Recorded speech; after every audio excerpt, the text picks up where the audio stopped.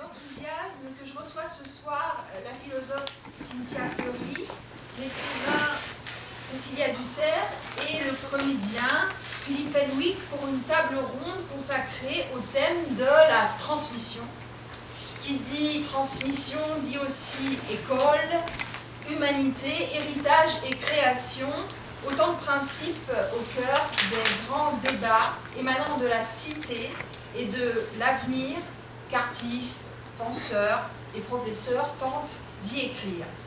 Alors, je vous présente rapidement, pour ceux qui ne vous connaissent pas encore. Cynthia, tu es philosophe et psychanalyste, tu es professeur à l'université et aussi membre du Comité consultatif national d'éthique. Ton dernier livre paru est Les Irremplaçables, aux éditions Gallimard.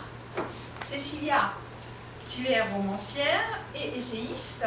Tu es spécialiste, entre autres, de très très belles figures de femmes, comme Etty Elissoum et Simone Weil. Ton dernier livre paru est À toi, ma fille, un recueil de lettres magnifiques, paru aux éditions du Cerf, que Cécilia adresse à son enfant. Et Philippe, tu es comédien, metteur en scène, tu fais partie de la compagnie Zoo, et tu es l'auteur de films ainsi que d'un récit paru aux éditions Actes Sud. Ce récit, c'est Un théâtre qui marche, paru dans une très belle collection dédiée à la transmission qui s'intitule Le Préau. Alors, c'est parce que votre démarche à tous les trois s'inscrit clairement dans le sens du partage d'une pensée à transmettre en direction d'autrui, et surtout parce que vos œuvres présentent de radieuses concordances, que je vous invite à présent à débattre autour de quelques questions. Alors, on a une bonne heure, on va essayer d'être bien structuré parce que ça va passer très vite et le programme est passionnant mais chargé. Alors, premier grand thème, connais-toi toi-même, cette fameuse injonction qui vient de Socrate. En quoi le principe, ça vient de Jung là, jungien d'individuation, qui n'a rien à voir avec l'individualisme, est-il un principe, d'après vous, lié à l'autre? En quoi, pour être soi, il faut être avec l'autre, être en empathie? Alors, ce mot individuation, je ne l'ai pas inventé, je ne le connaissais pas avant de lire Cynthia, qui, et je vais vous lire le passage, qui dans son livre écrit « Connais-toi toi-même, c'est déjà savoir que je ne pourrais pas être seul sur le chemin de ce savoir, que la connaissance suppose déjà de s'éloigner de soi, et que le décentrement demeure un souci de soi.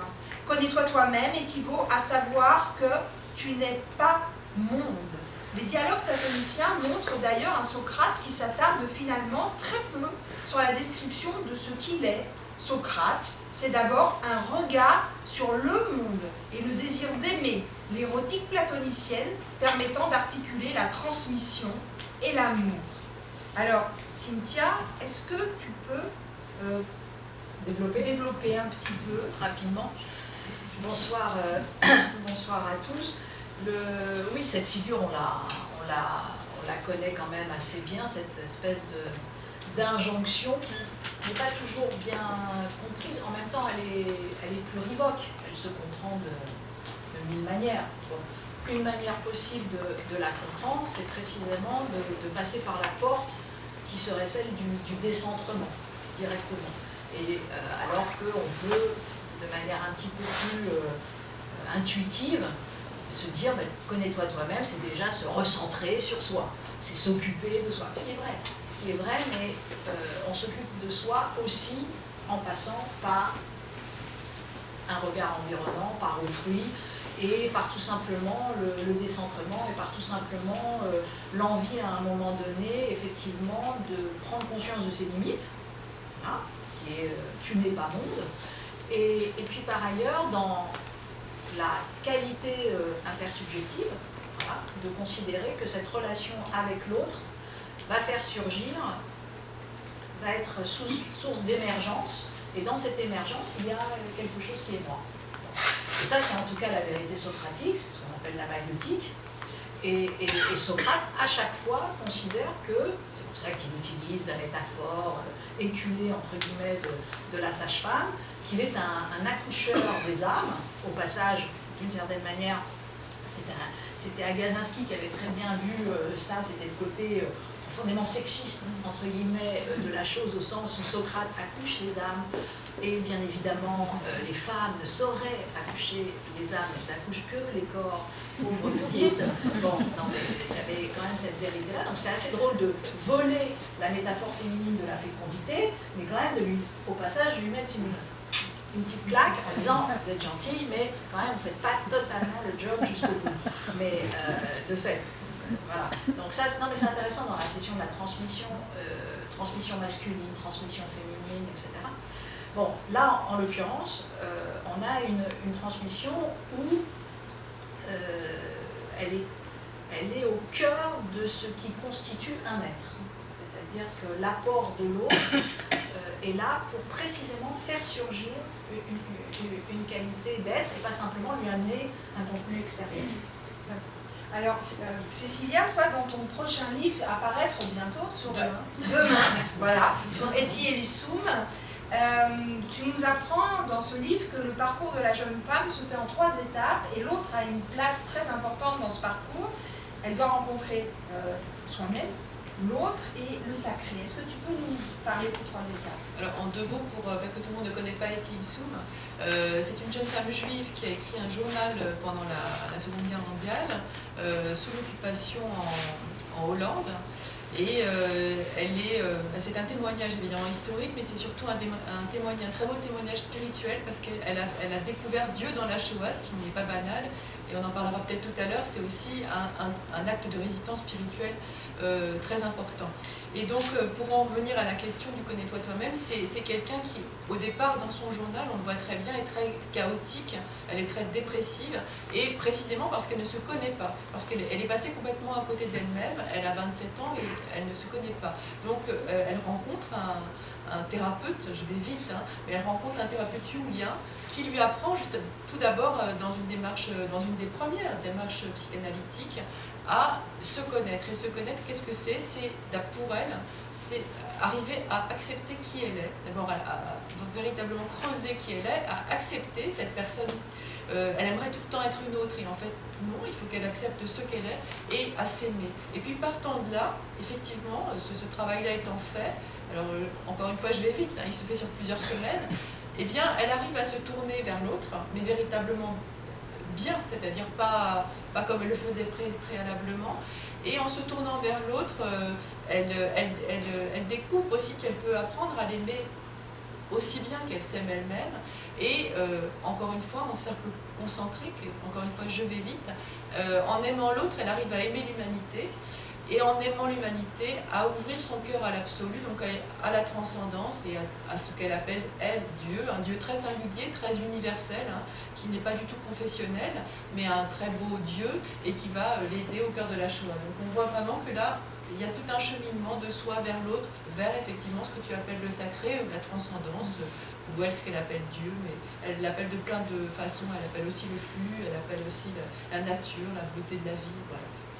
Voilà. Merci Cécilia. Et toi Philippe, quelle est la place de l'autre dans ton théâtre? Alors l'autre, le public, on va définir-le comme tu le souhaites. C'est-à-dire qu'il n'y a pas de théâtre sans autre. C'est-à-dire que le théâtre commence à partir du moment où on a regardé. C'est-à-dire que la catharsis ne peut avoir lieu que si le cercle de l'attention est réuni. C'est-à-dire que voilà, il y a des gens qui regardent, qui participent à cet événement théâtral. Et Rimbaud disait « je est un autre », mais au théâtre, c'est presque le « je », J-E-X, est un autre. Il faut savoir que quand vous jouez devant une salle de 100 personnes, mettons qui ont en moyenne 40 ans, vous avez 4000 ans d'expérience commune qui vous regardent, pour qui chaque mot veut dire quelque chose. Aimer, manger, séparation, mort, fraternité, rencontre. Et les gens doivent se dire, c'est drôle, mais ce qu'a dit cet acteur, à travers Shakespeare, je l'ai ressenti, je le ressens. Et c'est donc ce qui s'appelle la catharsis. Mais la catharsis ne peut se faire que dans l'instant présent. Mais l'instant n'est pas le présent. Pour Kierkegaard, par exemple, le présent n'était pas l'instant était intemporel. Et c'est pour ça que le théâtre est de toute temporalité et de tout présent. Et donc, oui, l'autre dans le théâtre, c'est une projection de toi-même, c'est une chose qu'on fait ensemble. Et c'est pour ça que et ça se fait donc en direct, à la différence du cinéma, etc. Et je pense que cet autre qu'on essaye de décrypter, en fait, les acteurs tentent de transmettre en essayant de traduire le silence des spectateurs. Et c'est cette traduction du silence qui se fait et qui crée une catharsis. Et ce que les acteurs disent au moment où ils le disent, parce qu'ils sont censés faire en sorte d'inventer le texte où ça se passe, il y a, imaginez, un arbitre comme au tennis, qui a toute la bibliothèque mondiale autour de lui, et qui se dit à un moment donné, par un hasard extraordinaire, ce que les acteurs sont en train de se dire, Shakespeare l'a écrit il y a quelques siècles.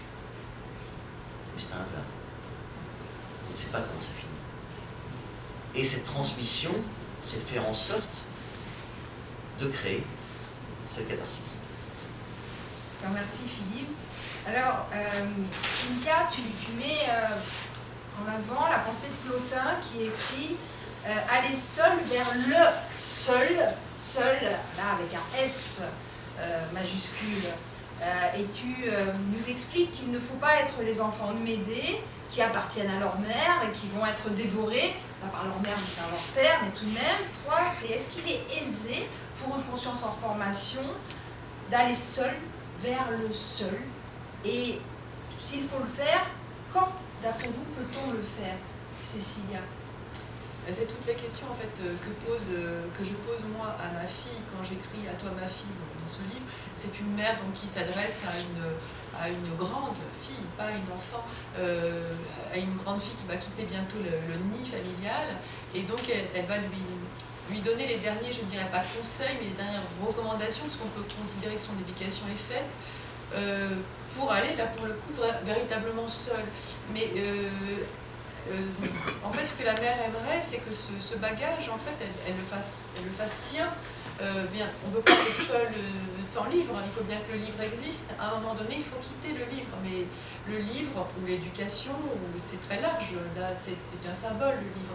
Mais ce qu'on a fourni, en fait, en tant que parent, en tant que livre, eh bien, en fait, l'enfant ou la grande adolescente peut s'en emparer pour le faire sien. C'est à elle de féconder en fait cette transmission. Et effectivement, après, elle va seule vers le seul. Mais aller seule vers le seul, c'est aussi, moi je suis désolée, mais c'est mon point de vue chrétien aussi, le seul avec un grand S, c'est aussi aller seul vers une forme de transcendance, dont on parlait tout à l'heure.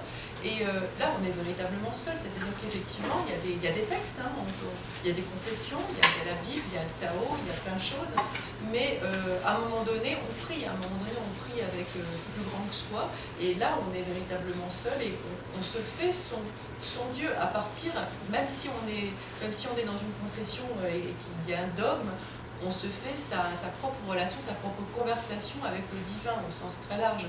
Et donc on est toujours un peu seul vers le seul. Voilà. Toi, Cynthia, c'est pensée de Plotin.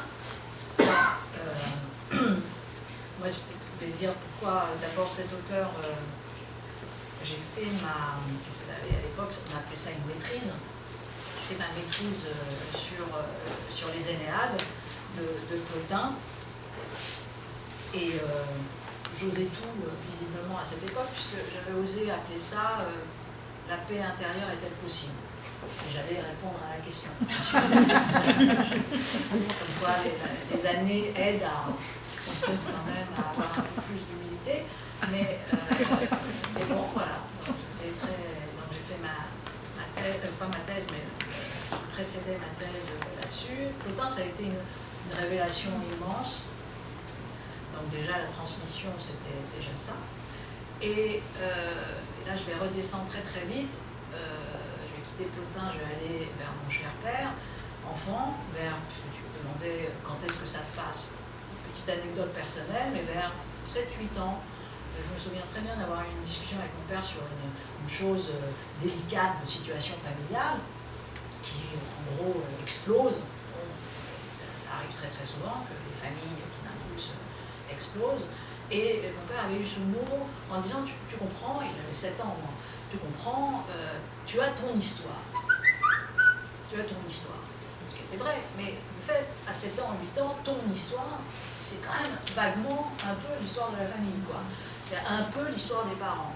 Et en même temps, ça m'avait frappé qu'ils me disent, tu as ton histoire, et tu sais, il faut que tu saches une chose, tu seras toujours seul. Bon. Et donc, bien parti. C'est bien parce que comme on a commencé en rappelant la nécessité de l'autre, ça montre que tout ça, bien évidemment, se mêle. Et voilà. Et après, plus tard encore, j'ai repris ce texte d'Hannah Arendt, qu'on connaît bien sur les thèses de la banalité du mal, ou sur l'origine du totalitarisme, ou même sur le procès à Jérusalem avec Eichmann, qui montre très très bien qu'il y a une différence entre ce qu'est la solitude et ce qu'est l'isolement. Et ça, c'est très important, je pense, pour comprendre ce dont on parle. C'est-à-dire que tu seras toujours seul au sens de l'isolement, et effectivement, c'est un problème. Donc, il y a cette exigence de l'autre et de tisser avec l'autre une qualité relationnelle qui fait que non. Et puis, il y a un irréductible. Et cet irréductible, il renvoie à une solitude qui est tout simplement celle de la finitude et qui peut être aussi une force et qui n'est pas que une vérité déficitaire. D'abord parce que c'est la vérité de l'être, et à un moment donné, Arendt explique très bien que c'est très important de comprendre de toute façon que cette solitude doit être une force, même si elle ne l'est peut-être pas, et que on sera à même d'avancer dans sa capacité si on se saisit de la possibilité d'être soi-même auteur. Et je dis auteur parce que la question de l'autorité, c'est la question de la transmission, c'est la question de la augéré, c'est-à-dire de l'augmentation, et c'est aussi la question de devenir auteur. Donc, voilà. En somme, le passage, il n'est pas simple, parce qu'il est à l'aune, j'ai beaucoup écrit sur ce courage, et sur ce découragement. Donc il est à l'aune du découragement, de considérer que aller seul vers le seul est quand même un chemin profondément violent, déficitaire, problématique, et en même temps, tout l'enjeu d'une humanité, c'est de sublimer, de tenter une sublimation à l'intérieur de ce passage-là. Je n'ai pas la clé, mais je sais qu'en analyse, puisque moi j'ai clinique, voilà, très souvent, c'est ce que racontent les individus qui arrivent. Ils racontent le fait qu'ils ont bien conscience qu'ils sont à un enjeu de saisie de leur sujet, que c'est ça qui va de fait les amener à autre chose, et qu'en même temps ils éprouvent un grand isolement dans ce chemin-là. Et tout l'enjeu, c'est de dire, est-ce que vous avez, non pas une clé, mais est-ce que vous pouvez m'accompagner dans ce mouvement capacitaire de faire en sorte que cette solitude soit une force et pas précisément quelque chose de problématique au sens d'un échec. Philippe, est-ce que le comédien, même quand il est devant 500 spectateurs dans son art, il est seul? Est-ce qu'il fait l'expérience d'une forme de solitude, bien que éminemment entouré? Oui, bah avant d'entrer en scène, on se dit qu'on est un peu seul, quoi. Après aussi. Oui, et après aussi, oui. Surtout après, d'ailleurs. Surtout après. Surtout après, et on se dit, mais pourquoi j'ai fait ça? Pourquoi j'ai choisi ça? Et en même temps, c'est... Alors, moi j'écris aussi des pièces, alors... Est-ce que ce que j'écris va intéresser les gens? Parce que c'est aussi ça qu'on se pose. Alors moi je pense souvent à Baudelaire, qui disait « Hypocrite lecteur, mon semblable, mon frère », très rassurant. Il y a Victor Hugo qui, dans sa préface des Contemplations, disait « Malheureux qui croit que je ne suis pas toi ». Mais pour en venir à la transmission, moi j'ai été élevé par ma grand-mère et elle m'a dit un truc qui m'a quand même beaucoup marqué, c'est que j'entendais tout le temps des gens dire « chacun ses goûts ». Et elle me dit « non, non, il n'y a pas chacun ses goûts, il y a le goût ». Et donc elle m'a emmené voir Malevich, Picasso quand j'étais tout petit, Nicolas de Staël, en m'expliquant que c'était pas négociable. On ne pouvait pas ne pas aimer. C'est intéressant ça déjà. Sauf qu'elle m'a appris à aimer avec le prisme de l'histoire de l'art. Comment Picasso, après cette période rose-bleue, qui est un immense dessinateur, a décidé d'inventer le cubisme en dessinant un objet qui est en train de tourner. Et du coup, quand on sait ça, quand on sait ça, quand on a été élevé là-dedans, c'est-à-dire que c'est pas l'école qui m'a appris ça. Parce que si c'est l'école qui m'a appris ça, je pense que Baudelaire a écrit pour être étudié à l'école. Et que Picasso a peint pour que des élèves viennent voir ses tableaux avec des profs. Et du coup, le fait que ce soit quelqu'un de la famille qui transmette avec amour et avec passion la beauté, du coup, on y est extrêmement sensible et extrêmement à l'écoute. Et je pense que voilà, la transmission se passe aussi par l'éducation et par quelque chose qui n'est pas scolaire. Je pense que Pierre de Bauche, qui m'a formé, qui a créé la Tête des Amandiers, disait toujours le but d'une école d'art, c'est de déscolariser les élèves. Voilà, avec tout ce que ça comporte. Alors, Blanchot, que j'aime énormément et que j'étais vraiment heureuse de retrouver dans ton livre, Cynthia, parle de l'espace littéraire, la part du feu, qui est ce lieu sans lieu où tout se déroule. L'espace littéraire, c'est la part du feu, en d'autres termes, ce qu'une civilisation confie au feu. À tous les trois, je voudrais demander à quel espace littéraire, philosophique ou théâtral rêvez-vous? Tu rêves de quel espace littéraire aujourd'hui? Pour toi-même ainsi que pour tes lecteurs. Vous avez transmis une pensée à tes lecteurs. Déjà, c'est la phrase de Blanchot qui m'inspire, c'est-à-dire qu'il est vrai qu'il y a quelque chose qui nous échappe quand on écrit. Quand bien même on rêve à quelque chose, on ne sait pas vraiment en fait, il y a ce qu'on écrit, et puis il y a sans doute tout un tas de choses inconscientes, Cynthia en parlait beaucoup mieux que moi, qui traversent en fait ce qu'on écrit. Et on est peut-être animé par une idée, mais sans doute par bien d'autres. Et d'ailleurs, nos lecteurs souvent nous lisent avec leurs propres yeux aussi. C'est-à-dire que quelque part, ils voient des choses. C'est très étonnant, des lecteurs par exemple qui aiment ce que vous écrivez, peuvent voir des choses que vous y avez sans doute mises, mais que vous n'avez pas vues. Et c'est très étonnant, c'est très dévoilant. Et par ailleurs, moi, ce dont je rêve, ce que j'essaie enfin, de faire tout simplement quand j'écris, moi j'ai un regard effectivement de croyante, hein, puisque j'écris des romans et des essais, mais c'est vrai, alors dans les romans c'est très en filigrane, hein, mais il y a toujours un peu il y a une transcendance qui peut affleurer, qui est beaucoup plus évidente dans mes essais qui sont strictement en spiritualité. Mais ce que j'essaie de faire, c'est de dévoiler à mon humble niveau la part d'invisible que le monde recèle. C'est-à-dire que pour moi, selon mes codes de croyante, il y a tout le visible, bien sûr, et qui est une part très importante. Et puis il y a une part sacrée, dont on parlera peut-être tout à l'heure, mais une part beaucoup plus, je dirais, subtile en fait, beaucoup plus profonde du monde, beaucoup moins évidente, beaucoup moins apparente, et que j'essaie, et c'est pas simple, de justement cette réalité, et c'est au sein de cette crudité et de cette parfois de réalité extrêmement sombre, hein, dans lesquelles on vit, de montrer à quel point aussi la grâce peut surgir, y compris dans la douleur, y compris dans la souffrance, y compris dans la noirceur. Et voilà, donc mon espace littéraire, c'est dévoiler l'invisible au cœur du visible.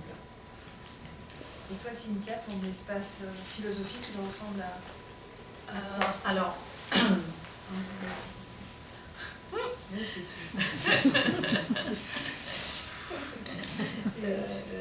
moi, alors, je pense d'abord que j'aurais aimé, sans doute être un écrivain, donc c'est pas... Je pense que j'aurais aimé être capable de créer précisément un espace dit littéraire que plutôt philosophique, mais bon. Non, mais c'est vrai. C'est pas... Bon, j'ai encore quelques années, on ne sait jamais, ça peut l'histoire et le truc peut être sauvé, mais pour l'instant, on va dire que plus laborieux. C'est rare que les philosophes parlent de nous comme ça. Hein. Oui.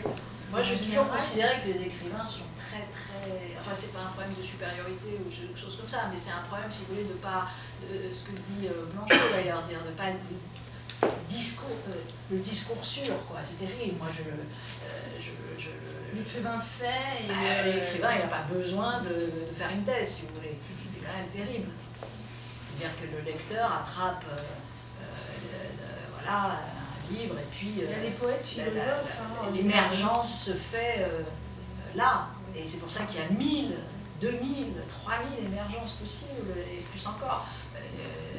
Nous, c'est plus compliqué. Il y a ce discours qui est comme ça. Mais bon, non, mais c'est vrai que si j'arrivais à... Mais bon, c'est nul. Voilà, mais je n'ai j'ai pas essayé. Hein. Enfin, j'ai cru comprendre que c'était pas là, quoi. Bref. Donc ça déjà. Et après l'espace, l'espace, comment dire, qui m'intéresse. Aujourd'hui, c'est peut-être un espace qui est un tout petit peu plus en relation avec l'autre, ce qui n'était pas le cas. Moi, j'arrive d'un territoire où vraiment, d'abord enfant, la question de l'autre était très, très, très lointaine. Hein. Je veux dire, je n'ai pas du tout été élevée dans ce sens-là. Et elle est arrivée, je sais très bien, puisque c'est comme si j'avais pris rendez-vous, entre guillemets, avec la question de l'autre. J'avais 17 ans.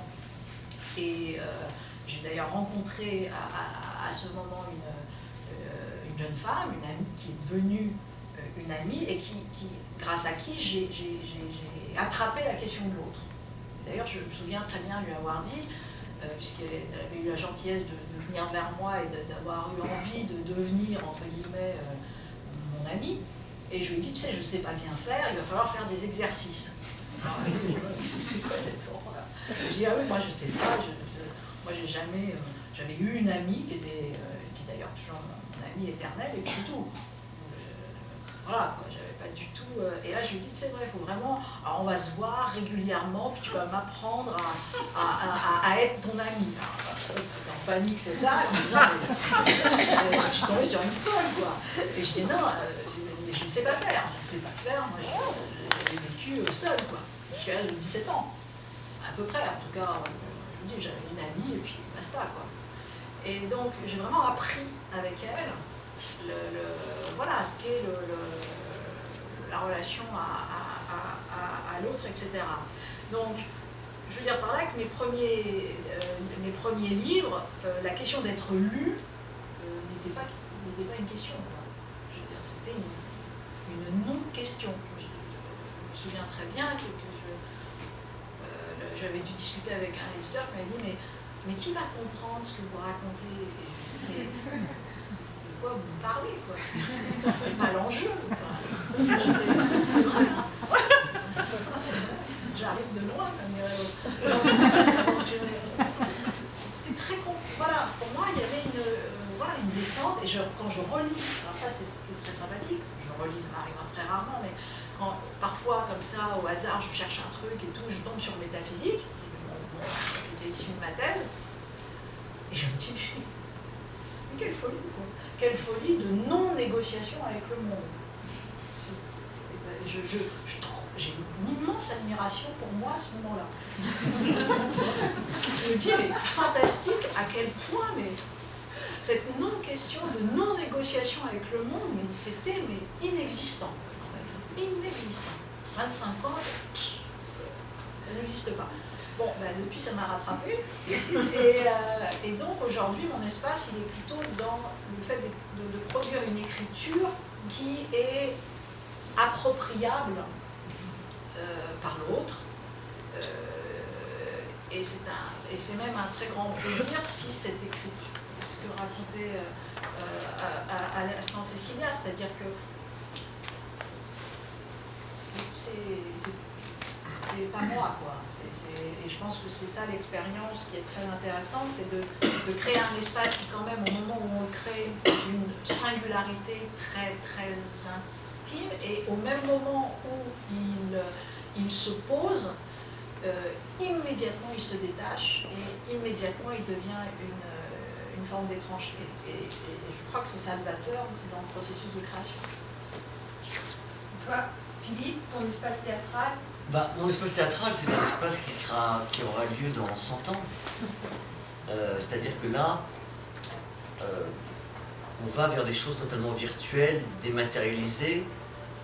Et le théâtre a un grand avenir, parce que finalement, l'avenir, si on pousse le virtuel, ça devient, c'est le réel. C'est-à-dire que bientôt, il y aura des scènes avec des hologrammes. Il y aura des hologrammes qui seront très très bien faits. On aura vraiment l'impression de voir des acteurs en chair et en os. Sauf que ces acteurs, ils seront en chair et en os dans un autre théâtre, comme Mélenchon pour sa campagne. Ça peut se faire aujourd'hui. Et ils joueront. Et puis, ça va être fantastique, les gens vont voir. Et puis bientôt, on va arrêter les acteurs, parce qu'ils seront en studio, et il n'y aura plus que les hologrammes. Et puis un jour, il y a quelqu'un qui va dire, il y a un endroit, un petit endroit secret, un peu comme ici, là, au théâtre de Marine Blanche, où on se réunit en petit comité, et on voit des gens, des acteurs en vrai. Là, je me dis, c'est possible, ça existe pas. Ils sont vraiment vrais.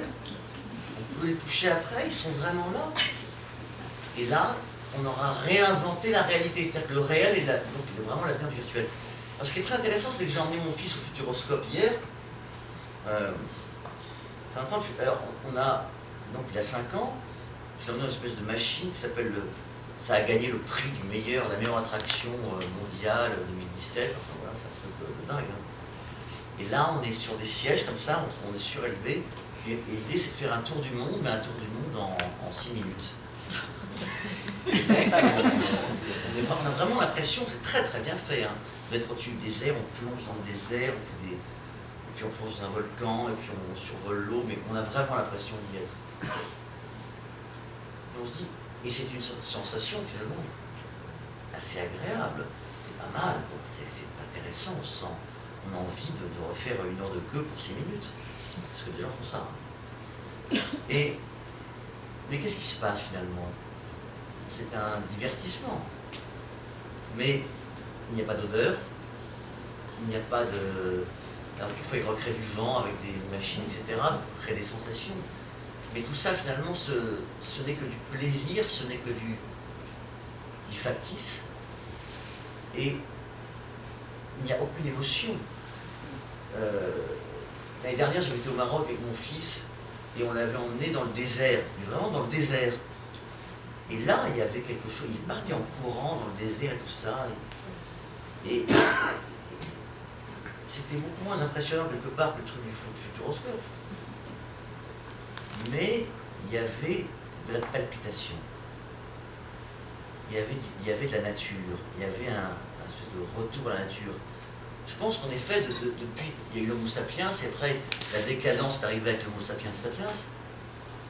Et puis il y a une décadence jusqu'à maintenant, c'est qu'on a perdu, en fait, on était totalement raccroché à la nature. Et là, finalement, on est en train de se décrocher totalement de la nature, et notamment du sens. Vous savez qu'en l'année prochaine, en Finlande, ça a été voté aujourd'hui, il n'y aura plus d'écriture cursive à l'école. Ça va être supprimé. Les élèves n'apprendront plus à écrire avec un crayon. Et ça a été, c'est officiel. Donc ils écriront avec des tablettes, des ordinateurs, etc. Mais imaginez s'il y a une panne d'électricité, par exemple. Qu'est-ce qui se passe? Tu peux écrire. Et on a l'impression qu'on raconte ça, que c'est presque un film d'anticipation de science-fiction. Il y a 20 ans, on aurait dit, mais c'est la non, mais là, c'est là. C'est là. Et les écrans et le virtuel on est complètement envahi par ça. Et ce qui est en plus dramatique, c'est que ceux qui fabriquent des écrans dans la Silicon Valley interdisent à leurs enfants, avant l'âge de 5 ans, d'y toucher. Donc, ils savent ce qu'ils font. Donc voilà, donc la transmission, et bientôt la transmission, parce qu'on parle de transmission, tous les retraités, on sera bientôt, on aura tous, enfin les retraités aujourd'hui qui ont 30, 40 ans, auront tous, dans 30 ans, Facebook dans la maison de retraite. Et ils donneront à leurs enfants, à leurs petits-enfants. Avant, ils apportaient des bacs avec des photos, des lettres manuscrites, et plein de poussière et tout ça. C'était magnifique. On en perdait, c'était beau d'en perdre. Et là, vous apporteront une clé USB ou un disque dur. Aucune photo n'aura été tirée, et tout sera virtuel. Et tout ça stocké dans des data centers. Donc en fait, voilà. Et ce qui est terrible, et là on raccorde la transmission, c'est que la grand-mère qui fabulait, qui vous racontait un truc totalement, qui n'était pas la vérité, mais qui était plus proche de la vérité quelque part que la vraie vérité, puisque c'était la vérité à travers le prisme de son âme, ce qu'elle avait reçu et ce qu'elle transmettait. Regarde, il y a une vidéo sur Facebook qui prouve le contraire. Et là, nous entrons dans une civilisation totalement différente, et nous y entrons, mais de plein pied. Alors, pourquoi, d'après vous, les gens semblent avoir à ce point peur de ce que les anciens appelaient l'otium ou la scolée, c'est-à-dire ce loisir plein? Tu parlais de désert, ces moments de latence, ces moments de vide mais fructueux, parce que quand il ne se passe rien, on s'ennuie, et c'est très bon l'ennui, et on peut penser, et on peut commencer à construire quelque chose. Donc, détestation de l'otium, de ce loisir plein, pour lui préférer ce que Pascal appelait le divertissement, ce dont tu viens de parler là pendant quelques minutes, Philippe. Pourquoi cette peur de l'otium pour lui préférer le divertissement d'après vous, Cécilia? Je pense que là tu parles du vide existentiel. En fait, on parlait de la solitude tout à l'heure, on parlait de la souffrance, on parlera tout à l'heure de la mort. Je crois que ce sont notre société actuellement n'est plus du tout prête finalement à se confronter à cette part d'ombre, on va dire. Et le vide existentiel le comble. Alors là, Pascal en parlait très bien, mais à une autre époque. Mais alors là, nous, maintenant, on est vraiment dans le comblement du vide par, tu as tout à fait raison, par l'électronique, en fait, au sens très large. Moi aussi, je vais donner ma petite illustration. J'ai fait 9 heures d'avion là récemment, parce que je suis partie dans les Caraïbes une semaine, et j'étais complètement ahurie de voir que pendant ces 9 heures d'avion, les enfants y compris étaient abrutis, mais littéralement abrutis sur les tablettes ou des ordinateurs, qu'il n'y avait pas un livre. J'ai été plusieurs fois aux toilettes et je regardais dans les... Je me disais, il y a bien quelqu'un qui lit un livre, personne ne lit un livre, les gens sont... Et alors, les gens, même encore mieux que ça, sont sur tablette et sur écran, c'est-à-dire qu'ils regardent un film d'un côté et ils jouent de l'autre. Là, je trouvais ça quand même assez ahurissant. Pour en venir au vide existentiel, je crois que justement toute la question aussi du connais-toi toi-même, hein, tout ça se rejoint, c'est aussi apprendre à appréhender ce vide qui fait partie de l'existence et qui est même très important, comme la souffrance et comme la solitude. C'est très important de savoir habiter son vide, si j'ose dire, habiter sa solitude, parce que c'est ce qui permet aussi d'écouter sa petite voix intérieure, et Dieu sait qu'elle est importante, c'est cette part en nous qui dit des choses, mais il faut savoir écouter, et quand elle est complètement abrutie d'un brouhaha, mais qui peut être de l'électronique, mais qui peut être de la conversation, d'un parlotte, qui peut être des textos sur des portables, qui peut être mille choses, hein. Ne pas avoir de moment de silence, tout simplement de silence avec soi, et de pouvoir faire face à ça aussi, tout simplement, regarder le silence au fond des yeux, comme aurait dit Etty. Elle en parlait de la souffrance, mais elle aurait pu parler du silence. Je crois que c'est là où on apprend aussi à être soi, et c'est, alors maintenant, regard de croyant, vous n'êtes pas obligé de me suivre, mais c'est aussi, je crois, par le vide existentiel, par cette part de solitude, que peut se glisser une part d'immanence et de transcendance. Donc,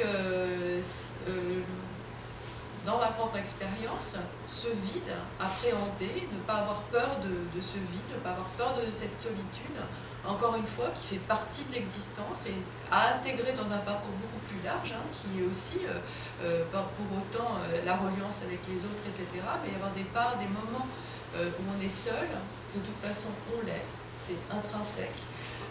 C'est aussi par cette petite part-là que Dieu peut se glisser en nous, que plus grand que soi peut se glisser en nous. S'il n'y a pas ça, comment fait Dieu pour toquer à la porte? Il toque, hein, mais comment fait-on pour l'entendre? Donc si on veut pouvoir discuter avec, encore une fois je dis Dieu, mais ça c'est très très large, hein, avec la poésie de la vie, avec la nature, avec la beauté, avec plus grand, eh bien il faut que quand quelque chose de plus grand toque, il faut pouvoir ouvrir la porte. Et pour ouvrir la porte, il faut aussi être un peu dans une forme de distance en fait, par rapport à l'époque, voilà, qui peut être très temporaire, mais qui est nécessaire. Et toi, Cynthia, tu l'as constaté, cette phobie du silence, du vide, du silence par exemple dans ton métier d'analyste? Alors, ce que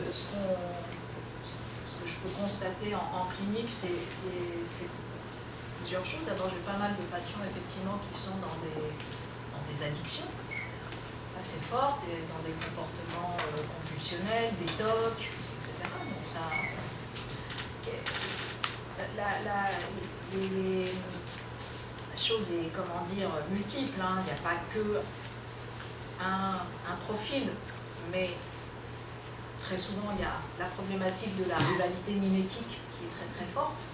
Cette rivalité mimétique, elle fait qu'il y a une angoisse narcissique forte, il y a une mésestime de soi qui, là aussi, arrive très très vite. L'univers des possibles, il est magnifique, mais il se heurte ensuite à la réalisation possible de ces possibles. Et bien évidemment, l'écart peut être plus ou moins fracassant pour le sujet. Et donc tout ça fait que, très souvent, pour pouvoir encaisser cette déception de soi, de la société, de ceci, de cela, on vient tout simplement faire, parce que ça provoque ce qu'on appelle de la décompensation. Et pour faire face à cette décompensation, où il y a des ruptures chimiques qu'on voit, hein, très clairement, soit il y a des cachets, soit à un moment donné, il y a bien évidemment le travail analytique avec la construction d'un sens. Et ça, c'est la face nord, hein, quand même. Et avant la face nord, il y a le fait de remplir pour, à un moment donné, remettre un circuit de la récompense un peu en activation. Et ce circuit de la récompense, on le connaît, c'est manger du sucre, comment dire, regarder une série, enfin bref, faire du circuit de la récompense, et qui sauve, je dirais, la situation anxiogène à l'instant T, et qui généralement, 2 secondes derrière, va recréer un système de Donc ça, c'est très facile à identifier, c'est plus compliqué pour en sortir, puisque c'était Isabelle Sorrent qui avait une jolie expression, elle avait fait un livre sur l'addiction générale, et elle avait dit c'est très compliqué quand la société entière est ton dealer, parce que de fait, la société est construite sur une détérioration de la scorie. C'était la formule de Gunther Anders, mais voilà. C'est-à-dire que la société, politiquement, organise, parce que c'est plus simple, un asservissement, au lieu de le faire de façon dure, parce que bien évidemment ça générerait sans doute plus de résistance aussi, on le fait aujourd'hui de façon un peu plus souple, consciemment, inconsciemment, mais donc de venir détériorer cet espace vacant qui, logiquement, quand il est vacant, permet de penser, permet de révolutionner, permet de changer. Voilà, c'est aussi un business, c'est aussi une politique d'ordre. Bon. Donc c'est vrai que moi, à la fois, je me bagarre pour que cette redéfinition du temps propre reste voilà, un chemin important pour le sujet, et puis reste également un engagement politique de toujours faire en sorte qu'il y ait la possibilité pour la plupart d'entre nous d'accéder à cette définition du temps propre, d'abord par rapport à la question du souci de soi, et derrière par rapport à la rénovation de l'état de droit. Parce que je pense que c'est quand même un même chemin. Et je voulais déjà juste dire une chose tout à l'heure par rapport au cloud et rassurer, comment dire, Philippe sur ça. Et quand je dis rassurer, c'est une blague. Hein.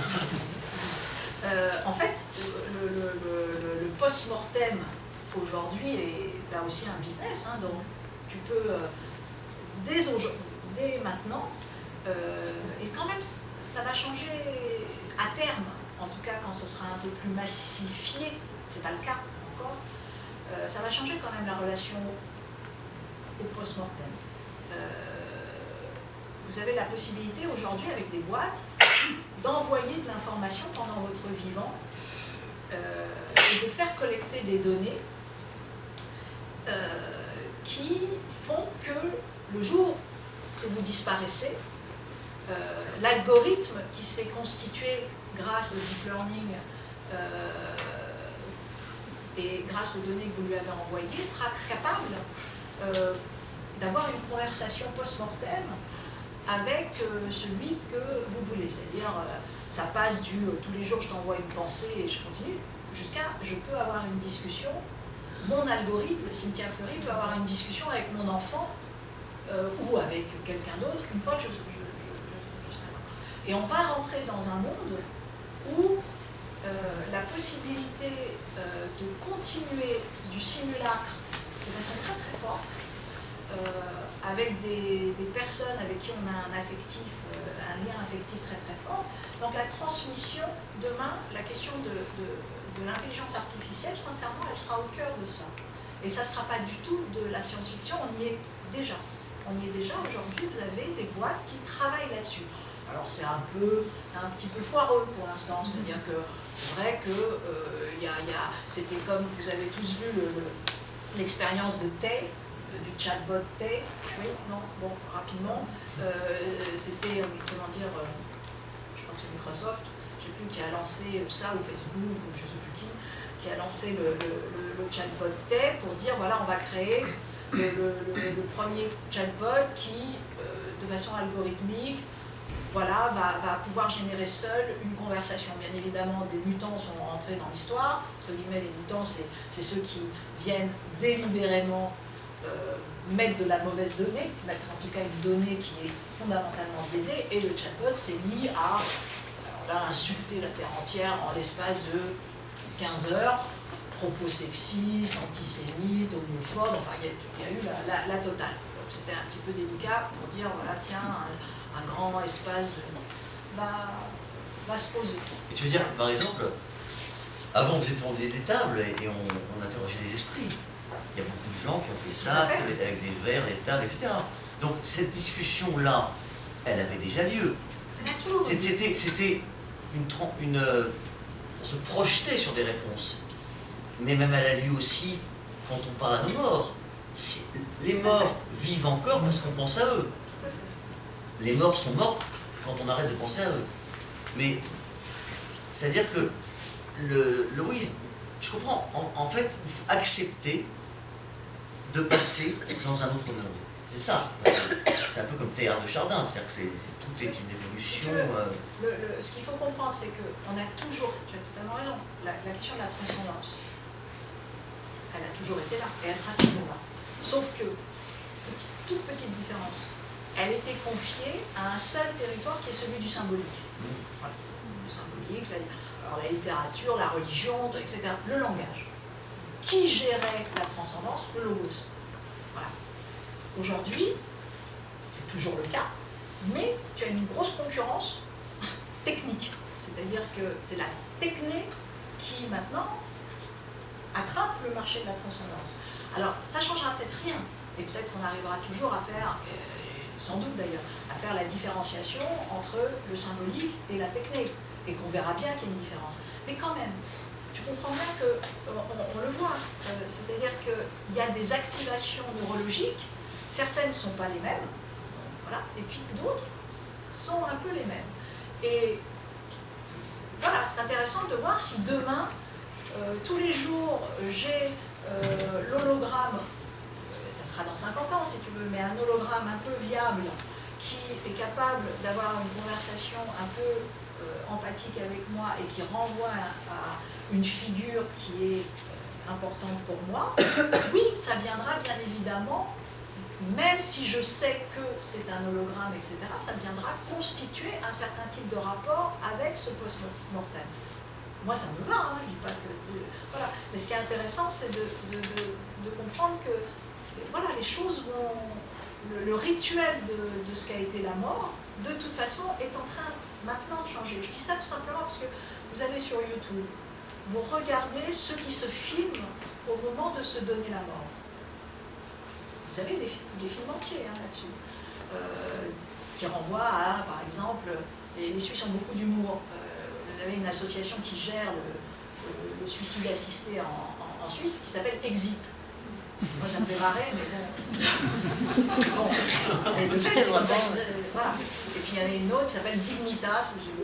Il me semble que quand même, on ne rigole pas trop. Mais bref, Exit. C'est excellent, fantastique. Et ben, vous voyez très très bien que ceux qui ont fait ce choix, à un moment donné, d'une fin de vie, entre guillemets, défini. Ce film, comme si, je ne vais pas dire ça comme ça, mais construisent une cérémonie très particulière de transmission, comme si c'était un mariage presque. C'est très particulier. Regardez-les parce que c'est assez instructif des nouveaux rituels que la technique permet aujourd'hui. Et qui, bien évidemment, rien de nouveau sous le soleil, on a toujours, la société est non seulement une conception de la mort, toute société est une conception de la mort, mais une ritualisation de cette mort, donc rien de nouveau sous le soleil dans ce moment-là, mais après quand même, bah, il y a des, comme dirait l'autre, il y a des nouveaux supports, quoi. Il y a des nouveaux formats, quand même. C'est intéressant. Et bien évidemment, on le sait nous, que du format, de l'usage, surgit aussi des nouveaux concepts possibles, des nouveaux vécus. Tu vois, on a souvent un débat tous les deux sur l'objet, sur le livre. Ah oui, oui. Voilà, voilà. Non mais explique, parce que sinon ils ne savent pas. Non. On a un gros débat sur le livre ensemble. Parce que lui, il aime les livres, aussi. Mais il trouve qu'il faut expliquer. Oui. Il faut... Non, parce qu'avec Cynthia, ça nous a amené beaucoup de déménager. Ouais. On a beaucoup déménagé, tous les deux après autant de fois, et on se retrouvait avec 500, 600, Cynthia 1500, 2000, à porter quoi. À porter dans des étages, et on se dit mais c'est pas possible quoi. Et... Excusez-nous, je vous ai raconté votre vie. Non, mais c'est des gens concrets, c'est empirique, c'est l'empirisme ça, voilà. Faut dire les choses. Et un jour j'ai dit à Cynthia, en même temps c'est dur, c'est vraiment pénible, c'est l'horreur même. Mais une fois qu'on les a mis dans la bibliothèque, ils sont là, quoi. Et Cynthia me dit, mais non, tout, il faudra avoir tout sur une liseuse, tout. Et elle me dit, si je pouvais avoir tous mes livres sur une liseuse, mais bon, évidemment, les livres qu'elle lit ne sont pas sur une liseuse. Voilà, c'est ça le problème. Donc voilà. Mais elle me dit, je me débarrasserai de tout. Mais tout. Ce en quoi je ne la crois pas, tout. Mais sauf que il y a un rapport charnel au livre. Ah. Voilà, et là, nous ne sommes pas d'accord. Voilà, nous ne sommes pas d'accord. Mais je pense que. Oui. Voilà. Voilà. Non, mais moi j'ai. Je dois avoir peut-être 6000 livres chez moi. Voilà. Des choses comme ça. Enfin, en tout cas, j'en ai beaucoup. Donc, vraiment, ça monte. On m'avait dit un jour, je ne sais pas ce que c'est qu'une maison, j'en ai. De fait, et j'avais dit, bah, c'est pas une maison. Tu vois, à ce point-là que vraiment les livres construisent la maison. Mais de fait, si on avait la possibilité, si j'avais la possibilité d'accéder au contenu que j'ai dans ces livres et de les mettre simplement sur une petite clé USB, c'est fantastique. Tu te rends compte, tu peux aller partout avec ta clé USB et tous tes livres. Non, c'est très fantastique, hein. C'est terrible ça. C'est quoi, non, mais... Bon, moi, Tu vois, il y a un rapport charnel à l'objet. Philippe, justement, tu parles de rapport charnel au livre. Cécilia, dans ton livre, tu cites la pensée de Rilke, auteur de Lettres à un jeune poète, lettres dans lesquelles il rapproche la relation sexuelle d'un acte de création artistique. Voici ce qu'écrit Rilke. que tu cites, et ceux qui la nuit s'unissent et s'enlacent dans le plaisir qui les berce, font œuvre sérieuse et rassemblent des douceurs, de la profondeur et de la force, pour le chant de quelque poète à venir qui se lèvera pour dire d'ineffables délices. Est-ce que tous les trois, vous êtes d'accord avec la pensée de Rilke, selon qui il y a une équivalence entre l'acte créateur, donc le livre, et l'acte charnel, et toute la sensualité que ce dernier suppose? On vient de parler de ça. Est-ce qu'on pourrait développer sur ce côté Oui, incarné oui. de la pensée nécessaire, qui en parlait tout à l'heure? On est là, En en fait, présence c'est surtout que réelle. Rilke a une très grande exigence avant de parler de création. Là, il en parle dans un contexte très particulier où il parle effectivement de la sexualité. Un tout jeune homme. À un tout jeune homme qui s'appelle Capus, les lettres à un jeune poète. Il apprend justement à ce jeune poète qui aimerait tellement dépasser ou en tout cas atteindre son maître qui est Rilke, et Dieu sait que Rilke peut être un maître. Il lui apprend justement à creuser une intériorité, à tout ce dont on a parlé en fait ce soir, à creuser cette solitude, ce vide, à appréhender l'idée de la mort, etc., etc. Et parmi les choses dont il lui parle de la sexualité, qui pour Rilke est d'une exigence absolue et effectivement s'apparente quand même à un acte de création presque divin. Et il l'apparente aussi à un acte de création artistique, puisque pour Rilke la création artistique est d'essence divine. Et alors, oui, en l'occurrence, moi je pense que le parallèle est assez joli, parce que pourquoi il dit ça, Rilke? Parce qu'il dit, en fait, l'acte charnel, il est fécondant. Il est fécondant, non? Il est fait pour féconder. Il peut être fait pour autre chose, mais en tout cas, en principe, il y a aussi un acte de procréation. Il peut y avoir un acte de procréation. Et donc, il va en résulter un être. Et je crois que nous, quand on écrit, alors c'est très ambitieux et certainement peut-être très prétentieux de penser ça, mais après tout, si on écrit, c'est qu'on a cette prétention. Quand on écrit, c'est vrai que en fait, on tend des fils. On parlait de l'autre tout à l'heure. On tend des fils pour que l'autre, le lecteur, et dans l'idéal plusieurs, s'en emparent et prolongent notre réflexion. Parce que nous, et même des fois une réflexion qui est sous-jacente, qui n'est pas forcément aussi consciente qu'on voudrait bien l'imaginer. Et donc, je crois et j'espère que nos livres, même des romans, hein, pas forcément des essais, pas forcément, voilà, tout le livre en général, la poésie en particulier, est là pour féconder, oui. Je crois qu'après, pour être en fait reprise par le lecteur, remoulinée, redigérée, c'est pas joli, mais c'est quand même ça. Et puis qu'il s'en empare peut-être pour lui-même, alors se faire sa propre réflexion quand il y a vraiment une question. Moi j'ai lu Les Irremplaçables, ça m'a énormément aidé à structurer plein de choses que je pensais, mais vous le structurez tu le structures très bien, donc c'est vrai que c'est très très aidant et on peut prolonger aussi soi-même avec sa propre grille de lecture un certain nombre de points que tu soulèves. Dans un roman, ça va peut-être être un peu moins évident, mais finalement il y a toujours autour d'une histoire, d'une fiction, une réflexion.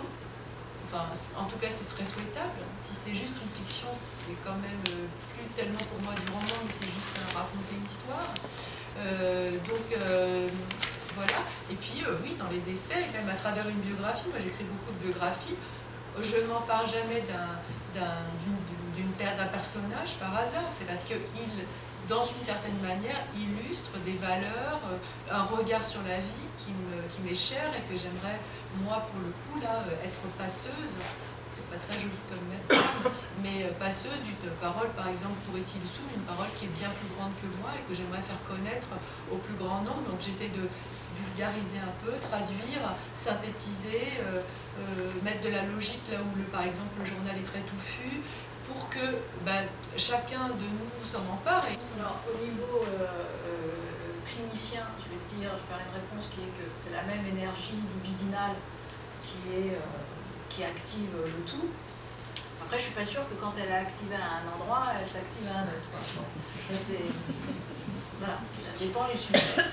Donc il y a des sujets qui activent à tous les niveaux, et il y en a d'autres qui ciblent. Voilà. Donc ça s'appelle la singularité de l'être. Et, mais de fait, c'est une même énergie, comment dire, luminale. Et d'ailleurs, je vois en clinique avec certains patients qui sont précisément des créateurs, à quel point c'est pas simple. Parce que pour certains, quand c'est activé à un endroit, c'est désactivé à un autre, et vice-versa. Donc c'est pas... et c'est très très logique. Bon, je vois que ça parle. Bon. Tu dis oui, je vois que ça parle, c'est tout. Donc voilà, donc ça c'est très intéressant de... Oui, t'as dit oui, c'est vrai, t'as dit oui. C'est le cri du cœur, c'est le cri du cœur. Voilà, donc après ce qui est... donc ça, sur cette énergie-là, c'est intéressant. Après, de toute façon, voilà, on revient à la question de la transmission et comment la transmission est constitutive d'un sujet. Cette transmission, elle n'est pas nécessairement qu'intellectuelle, elle est affective, elle est émotionnelle, elle est existentielle, mais en revanche, oui, il y a quelque chose qui fait que ça déborde un tout petit peu de soi, mais pas dans le sens d'un débordement à la Médée, entre guillemets, mais quelque chose qui, voilà, qui fait que précisément on va pouvoir... la question du don, donc la question du don, elle est importante et on peut faire œuvre, là aussi, de 1000 façons. Ce qui est certain, c'est je pense que pour constituer un sujet, il faut à un moment donné attraper la question de l'œuvre. Mais qu'en revanche, la question de l'œuvre, elle est, voilà,